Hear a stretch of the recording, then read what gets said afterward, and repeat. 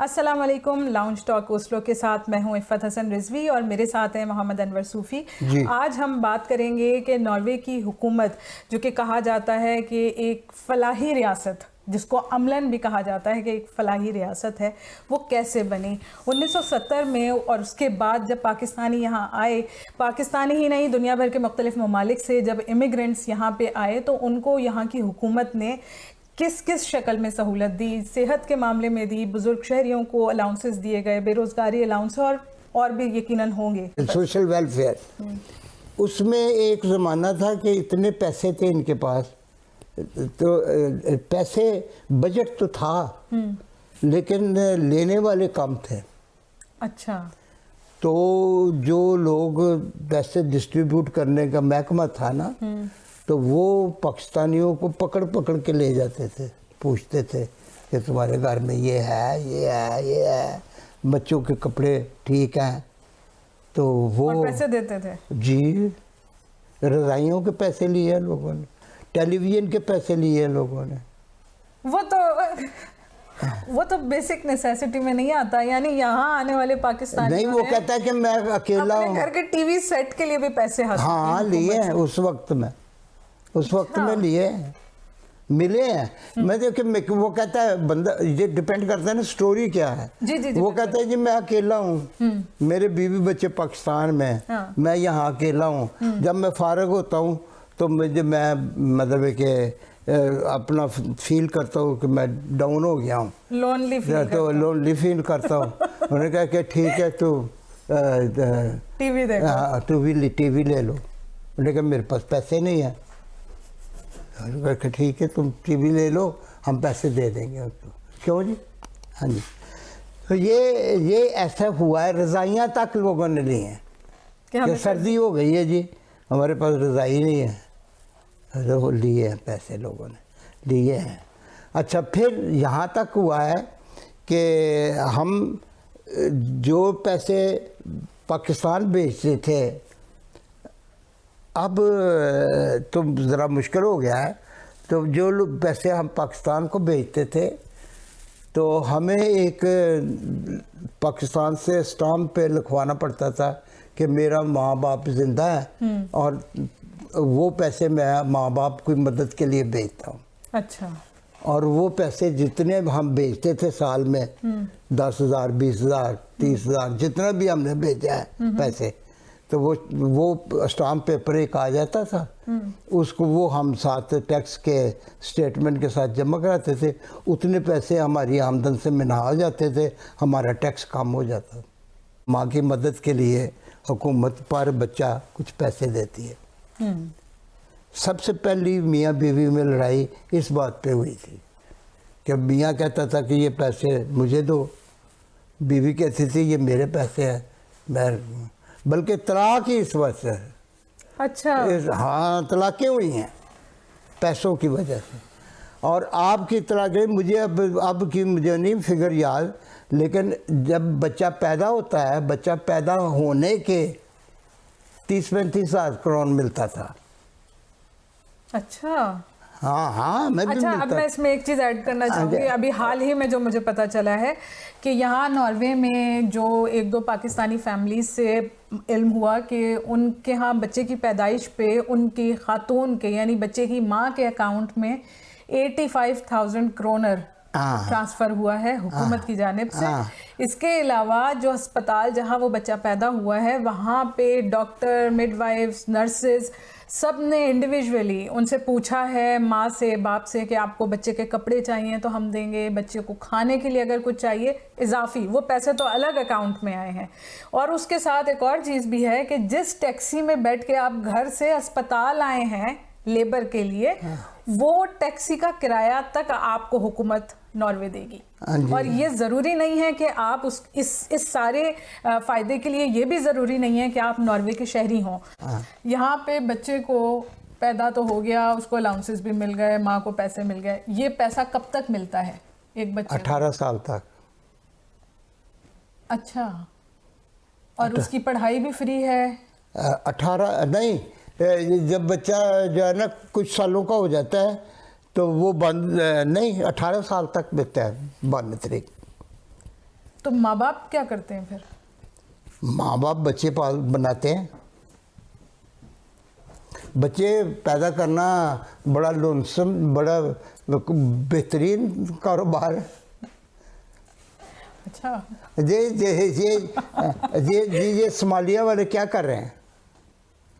हमने ये काम नहीं किया, बहुत कम किया। सोमालिया वाले तो यहाँ पर 4 शादियों की इजाज़त नहीं है। तो पाकिस्तानी भी करते हैं कि एक शादी जो है आपने कागज़ों में कर ली, बाकी 3 शादियाँ इस्लामी कर ली। तो यहाँ किस उसमें लाते हैं? हाँ जी, तो यहाँ किस खाते में लाते हैं उनको? वो ले आते हैं ना, वो ले आते हैं। तो वो पहली बीवी को कागज़ों में तलाक देते हैं। वो खुद बीवी कहती है कि मेरी एक बहन की एक बेटी है, जवान है, तो तुम जाके ना तो उससे शादी करके ना उसको ले जाओ, तो मेरी बहन भी 4 पैसे बन जाएंगे उसके लिए। तो मुझे तलाक दो ना। जिसकी तलाक हो जाए उसके पैसे बढ़ जाते हैं। कि बात तो होती है कहने की। आप कह दें कि मेरा बंदा मुझे छोड़ गया है, रात को, दिन को वो चला जाए, रात को आ जाए, कौन चेक कर रहा है? अच्छा, ये भी यहाँ पे होता तो है? आप कह दें, ये कहने की, मैं तो ये बात कर रहा हूँ कि आपने जो कहा उन्होंने लिख लिया। इसी ने तो मरवाया हमें। बेड़ा गर्क पाकिस्तान का, पाकिस्तानियों का नॉर्वे में इसी वजह से तो हुआ है। आपके बच्चे हैं 3, आपको मशवरा दिया गया कि लिखवा दो यार 5 बच्चे। तो हुकूमत को भी तो Mohammad Sadak, Mohammad fictitious date of birth करके बीवी पाकिस्तान से नाल 5 बच्चे होते ने, वो तो छोटा मिल रही है। बीवी इत्थे आ गई है, 5 बच्चे लिखे थे तो छोटा मिल रही है। हुण जदों बीवी बुलाने का टाइम आया, हुण 5 बच्चे कित्थों ले आइए? अच्छा सूफी साहब, एक और ये एक और इसको कहते हैं कि उरिक्ति ओपलिसनिंगर। आपने गलत इंफॉर्मेशन दे के हुकूमत से फ़ायदा उठाया और उसका इतना बड़ा नुकसान हुआ। ये इस तरह की सोचें जो है ना गलत, ये आई इंग्लैंड से हैं, नॉर्वे में। अच्छा, नॉर्वे वालों को नहीं पता था।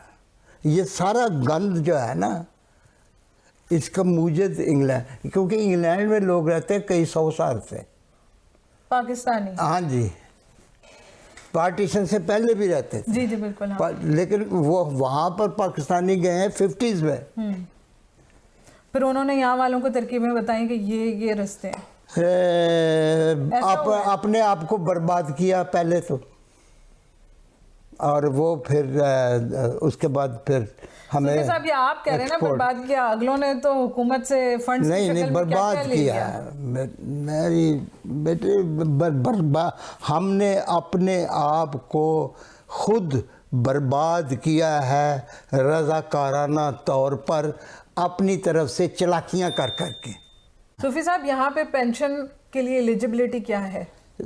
67 ईयर्स है, लेकिन अगर 60 साल के बाद आप चॉइस है कि अगर आप चाहें तो अर्ली पेंशन भी ले सकते हैं। अच्छा, हाँ जी, लेकिन 67 साल के बाद आप काम करना, महकमा अगर चाहे तो आपको रख ले तो वो रख ले, वरना वो आपको लाजम पेंशन जाना पड़ेगा। हाँ जी। और ये मेरे पास एक दोस्त आता है, उसका मैंने हाथ जोड़े हैं यार, तो पेंशन ले ला, तेरी मेहरबानी। अच्छा, अब ये बताएं कि ये जो पेंशन है, इसके लिए सरकारी मुलाजिम होना लाजमी नहीं है? ना हर बुजुर्ग शहरी को मिलेगी? नहीं, लाजमी क्या है, लाजमी क्या है, देखना ये है कि आपका टैक्स कितना गया है, आपने हुकूमत को दिया क्या है। जो आपने हुकूमत को दिया है वही उसका कुछ %। तो यहाँ पे जो हाउस होल्ड औरतें हैं, जो जिन्होंने कुछ भी नहीं किया है, वो एक बेसिक पेंशन है, उनको वो मिलती है। 2-3 हज़ार उनको मिलती है। ऐसे भी बंदे हैं, मतलब एक बच्चा है वो डैमेज पैदा हुआ है, उसको भी मिलेगी पेंशन। उसको पैदाइश से मिलेगी? हाँ जी। अच्छा। अब यूके में अगर स्पेशल नीड्स के साथ कोई बच्चा पैदा होता है, तो मैंने जो सुना है, अब हो सकता है हकीकत में ऐसा ना होता हो या कुछ 19-20 आगे पीछे हो, कि बच्चा जब पैदा हो तो उनके घर को उस बच्चे की ज़रूरियात के हिसाब से डिज़ाइन किया जाता है। उस फैमिली को ऐसी गाड़ी मुहैया की जाती है जिसमें कि उस बच्चे को वो कैरी कर सकें। और तीसरा ये कि अलाउंसेस मिलते हैं ऐसे किसी बच्चे को जो ये तो स्पेशल नीड्स के साथ हो। ये जो है ना, ये तो इधर भी है, मेरे घर में भी वो जो राड लगा हुआ है गुसलखाने में, वो इसलिए कि मैं जब वो टब से बाहर निकलूँगा तो जब अगर मैं लेटा हुआ हूँ तो मुझे खड़ा होना है तो मैं उसका सहारा लूँगा, वरना तो पाँव फिसल जाता है। ये तो आपने खुद लगवाया हो? नहीं, किसने लगा के दिया है? हुकूमत वक्त ने लगा के दिया है, मुझसे टाइम लिया उन्होंने, आए हैं। ये जो है ये क्या, ये किसने दिया है? सहारे की कुर्सी। हाँ, ये कुर्सी जो है चलने वाली, ये डॉक्टर ने मुझे लिख के दिया है। डॉक्टर ने लिख के उधर भेजा है कि ये मेरा मरीज़ है, इसको चलने में दिक्कत है, तो इसके कमर में दर्द है, तो इसको ये दो, तो उन्होंने दे दिया। जब मैं बिल्कुल और लागर हो जाऊँगा तो मुझे गाड़ी मिलेगी जो इलेक्ट्रिक है, जो बिजली से चलती है, और उसमें स्टीयरिंग है, और वो मतलब गेयर, ये सारा मैं साइकिल की तरह, जहाँ साइकिल चलती है उधर मैं चला के सारा शहर फिरूँ। इसमें एक और चीज़ भी है, इसमें हम कहते हैं ना हाथ पांव छोड़ देना, कि फिर कोई काम ही नहीं करते हैं। जब इतनी अलग अलग शक्लों के अलाउंसेस मिलते हैं तो बहुत से लोग मेहनत की ये नहीं हो सकता काम छोड़ दें आप, ये नहीं हो सकता। जब तक आपकी सेहत ठीक है, हाँ, और आपकी उम्र ठीक है, हाँ, आपको काम करना पड़ेगा। अगर नहीं है, उसकी कोई वजह होनी चाहिए। मसलन मतलब कि मेरा बाजू ये कट गया एक्सीडेंट में या किसी वजह से, या मेरा बाजू काम नहीं करता, मुझे पेंशन हो जाएगी। मैं हो सकता है 40 साल की उम्र में मेरी पेंशन हो जाए। ये एक्सेप्शंस हैं, ये और चीज़ है। ठीक है। ऐसे भी लोग हैं। काम करना है किसी लाजमन करना है, ये हुकूमत का फ़र्ज़ है कि वो आपको काम देगी या आपको बेरोज़गारी अलाउंस देगी।